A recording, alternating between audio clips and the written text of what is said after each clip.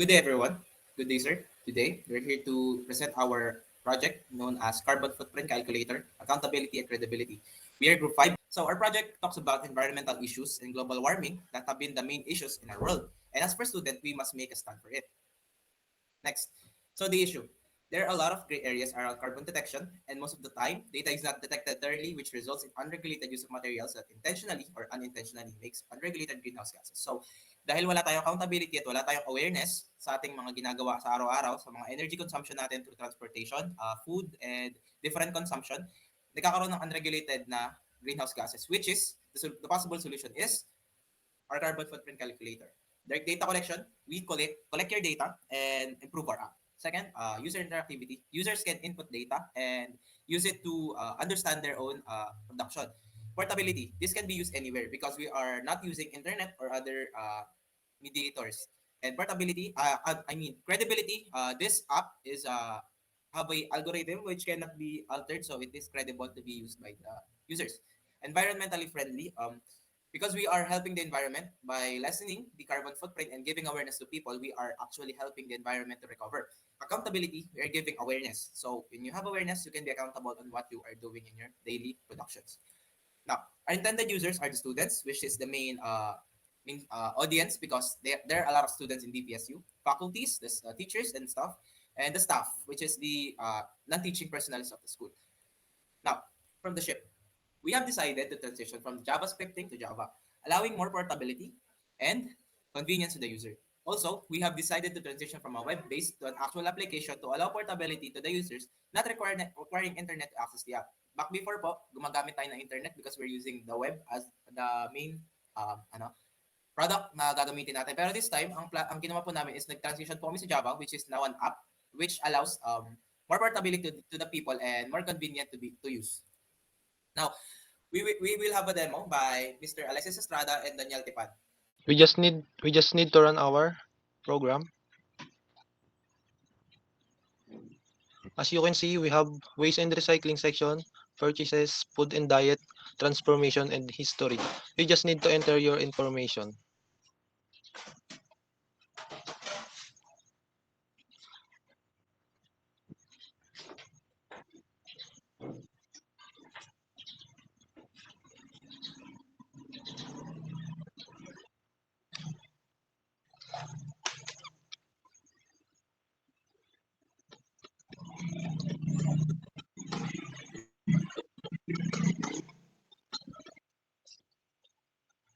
And after we put the information, we click calculate.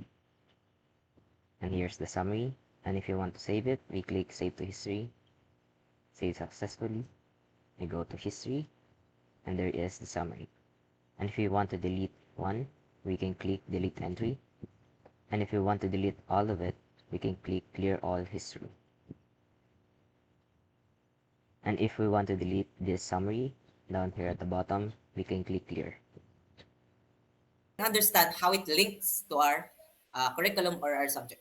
First of all, we are connecting it using the SDG 13, the climate action, which is measuring our footprint, and it is the first way on how we can reduce our own footprint because we have awareness and we know how we use our energies and how much it produces. We can reduce our footprint by lowering the use of energy. Second, SDG 7, affordable and clean energy. Dahil nga po, meron tayong awareness, alam na natin kung paano gamitin yung energy, which connects to the first one. Mababawasan natin yung gamit natin and we can use and transition from more clean energy sources like solar energy, hydrothermal, and such. Next, we have SDG 12, which is the responsible consumption and production. And this efficient consumption, it can allow and reduce emissions. Finally, the main process is measuring, reducing, and finally tracking the progress, which fits directly into the SDG reporting and climate targets. So, how it helps. First of all, it identifies your biggest emissions. Dahil may awareness tayo, mas madali nating mapipili o mahahanap kung ano yung mga nakaka-apekto na malaki sa ating emissions. It also guides targeted reduction actions. Dahil meron tayong awareness, we can target on how much we lessen or how much we use on a daily basis. And it also tracks progress over time. As we said before, we are tracking your progress so we can give better tips on how you will lessen your carbon footprint reduction. And next, we raise awareness and encourage responsible consumption. So kung may awareness tayo at meron tayong accountability, magkakaroon tayo ng encouragement na maging mas responsible sa ating consumption. And finally, it supports informed decision making, helping individuals, schools, or communities to plan climate-friendly policies and practices. As we know, awareness gives change. When you are aware on what you are doing, you can change on how much production or how much you use daily carbon footprint in your daily lives. Now we will have Monique Ardalas to further explain the topic. This project allows us to have environmental awareness by promoting sustainability.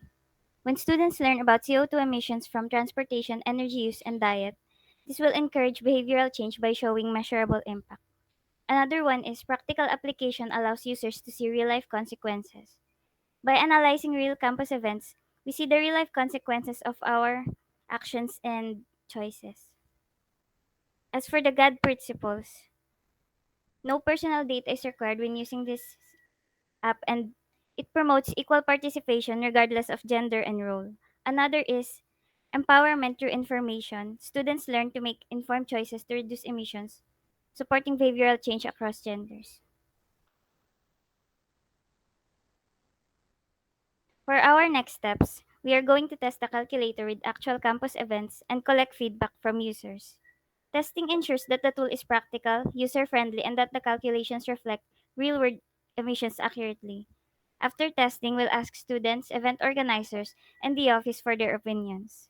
Using this feedback and observe results, we will be improving the calculations and refine the formulas and efficient factors, ensuring that they are accurate. For our future features, we will be adding downloadable PDF reports so users can save and print a report summarizing their carbon footprint, add a QR code integration that they can scan to log data, add a mobile app version and cloud sync so can user data can be stored in a cloud and accessed from any device. So that concludes our presentation. Thank you for listening. Again, we are Group 5. Thank you.